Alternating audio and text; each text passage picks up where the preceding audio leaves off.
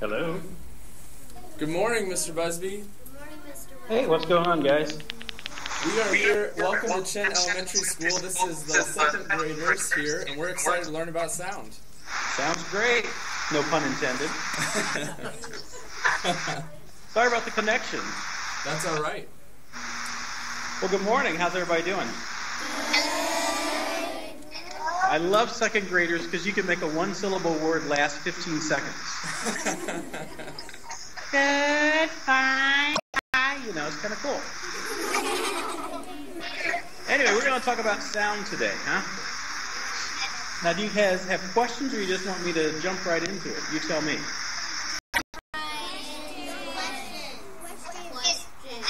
It sounds like you got a mixed response. If you'll jump right in, and then they have questions at the end, if that'll work for you. Okay, that'll work fine.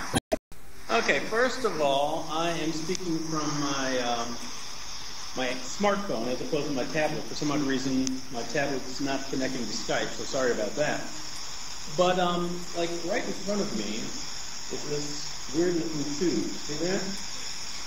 And on this tube is a drum head, and attached to that is a spring. You see that? Right in front of me? This is what's called a thunder tube. And all I have to do is shake it, and hopefully it makes a sound. What does that sound like? Now, the reason that it sounds like that is the sound is making this little drum head vibrate, and it's the spring that's attached to the tube that makes the sound. But if you cover, like, the opening, it'll make a different sound. Let's see. You just have to listen to it because I need to put both hands on this. But, here we go. Ready? It's kind of muffled. See the difference? The difference there. So that's just the principle of, I guess, how sound travels. Like in a big room, I'm sure you guys are out, like at recess. Sometimes when it's too cold to go outside, you do recess in the gymnasium, right? And when you're in the gymnasium, you're probably yelling and screaming and having a great time with your friends, but you hear this echo because the ceiling is so high, your voice is bouncing off all the walls and making that loud noise kind of ring all the way through the room. And what sound does, sound travels a lot better in air, but we depending on where you are, in other words, depending on how far you are away from that object, that's going to really also determine how loud or soft the sound is. Like in a thunderstorm, if it's real close to you, that thunder's going to be real loud. But if it's way off in the distance, it's kind of soft and muffled. So I guess it makes perfect sense that a meteorologist like myself plays an instrument that sounds like thunder, which is kettle drum. That's what it's and I will show you these things. These are kettle drums.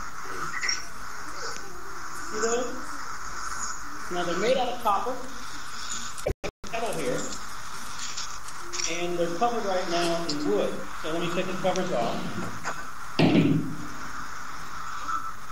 I've got 5 of them. I'm going to play on 4. And each one of these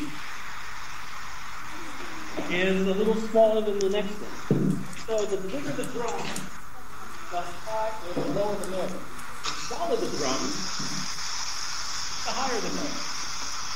I'm going to use these little sticks here to play. Here's the drum. Just getting higher. And even higher. Let's see if I can play something.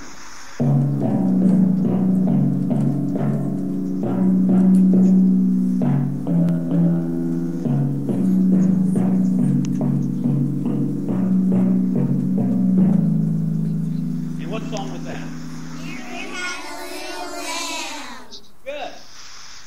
So these drums can actually be tuned to notes. And this pedal down here, this pedal way down here. Hold on one second. There's the pedal.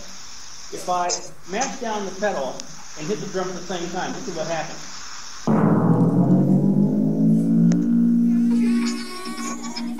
funny sounding, isn't it?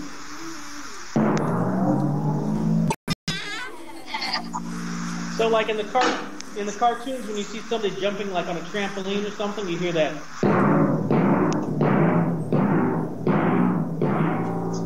That's done by me pushing down on the pedal. So all the different notes of any song can be played on these drums depending on how you move the pedal. So the reason I played Mary Had a Little Lamb, I had each one of the drums tuned to a different note. But each drum can also play many different notes. Let's see here. I don't know if I can do this on one drum. I'll try it. No, hold on.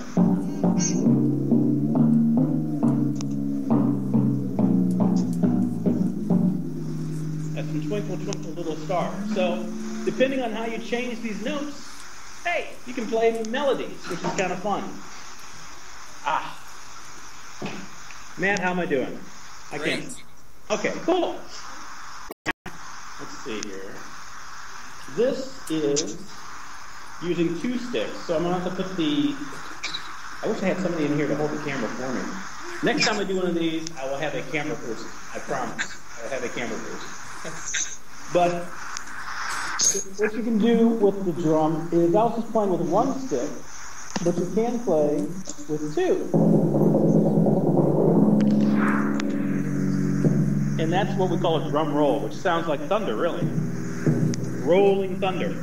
And a lot of times composers will use the timpani to do that, just to imitate the sound of thunder, which is kind of fun. But anyway, let's see here. What else can I tell you about timpani kettle drums and sound?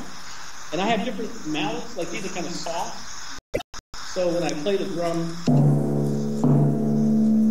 it sounds kind of soft. Now this stick has metal on it, so it's going to sound a lot harder. So compare the soft one to the hard one. So another thing that's kind of cool is, depending on where I play the drum, the reason that you hear the sound is because the drum head is vibrating, it's moving. But right in the middle of the drum head, nothing moves. And it sounds a little steady, like. That sounds good? If you move closer to the edge,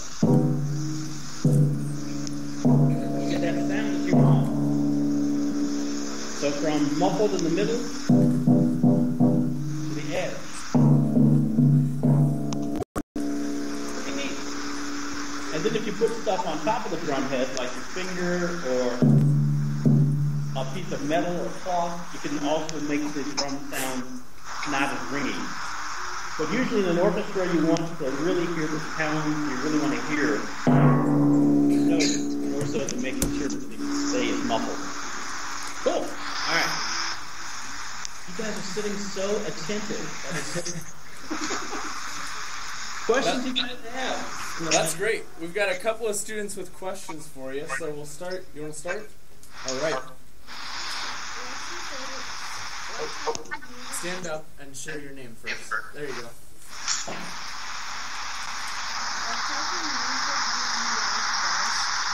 What type of music do you like best?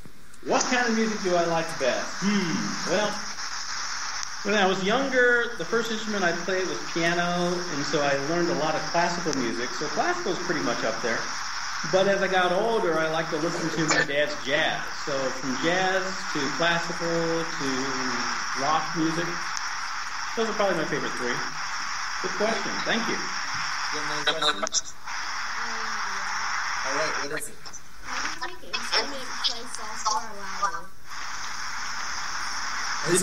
How do you make an instrument play softer or louder? How do you make instruments play softer or louder? How do you make instruments play softer or louder? You ever go to an amusement park or a carnival and they've got that string thing where you have to hit the hammer to make the bell ring?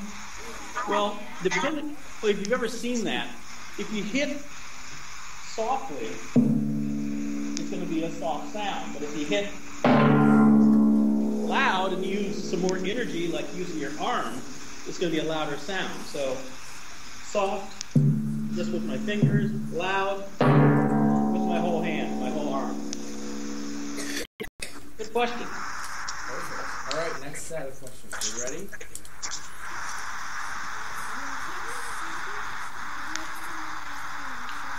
Can sound make someone have an emotion? Can sound make someone have an emotion? Wow. Sure. I think so. Let me see. I'm going to go to another room in my house, which is a piano, because I think that a piano can make more sound than a drum. And the other sound you hear is somebody vacuuming. Hey there. Only be a second. But, you know, if you want to play a sad song, like...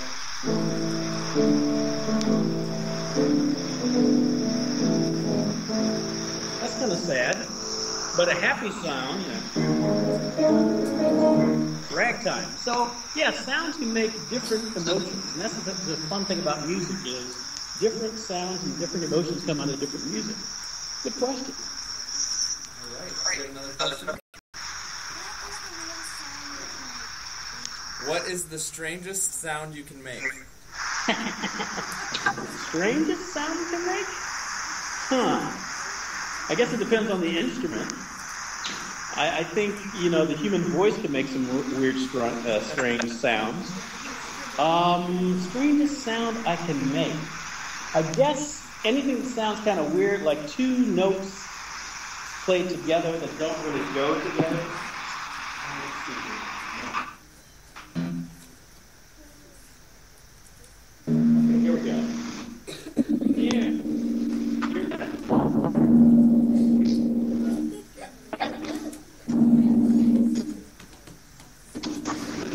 At all. Now, the adults may remember that interval if there were teachers in the room. When you sharpen the jaws, they use that. So anyway, that's probably it. Weirdest sound, what we call in music. Yeah.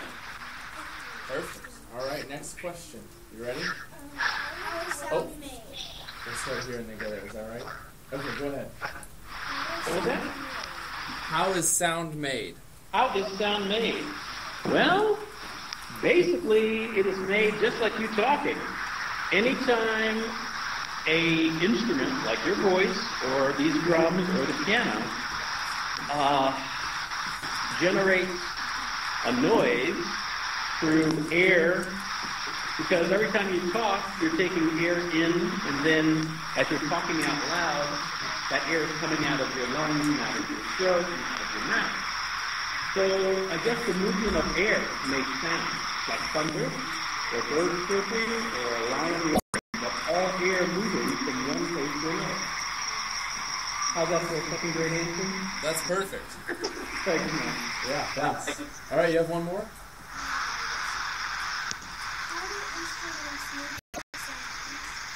All right, I think you kind of answered that one, if that's all right. And we'll go, you can read the question right there.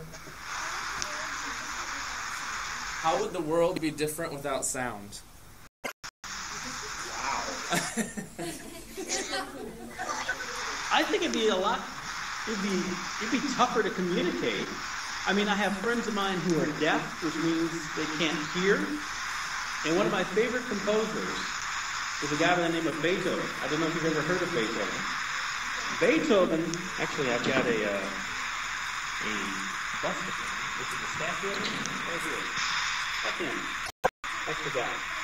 When he composed, he couldn't hear anything. So to him, the world was a very horrible place. Because here he is trying to make his living, or to make his life, writing music, and he couldn't hear a lot of it. So I think that a world without sound would be kind of boring. I think a world without sound would be very challenging. But there are some people who can overcome those challenges. I mean, it would be really tough for us if we couldn't hear each other talk.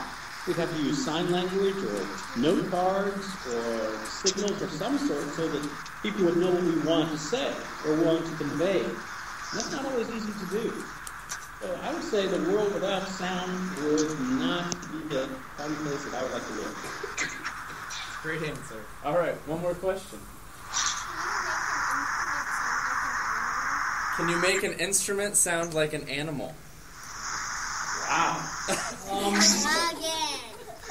Yeah, you can. Actually, teachers, I'm going to have you go online with your classrooms, and if you go and look up Camille Saint-Saëns, it's a French composer, and if you can't remember the composer, just go for Carnival of the Animals.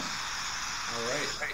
Carnival of the Animals uses two pianos and an orchestra to sound like a rooster, sound like a lion, sound like an elephant, sound like a tortoise. It's kind of a cool piece of music, and each one of those movements talks about a certain animal. And of course, Peter and the Wolf does the same thing.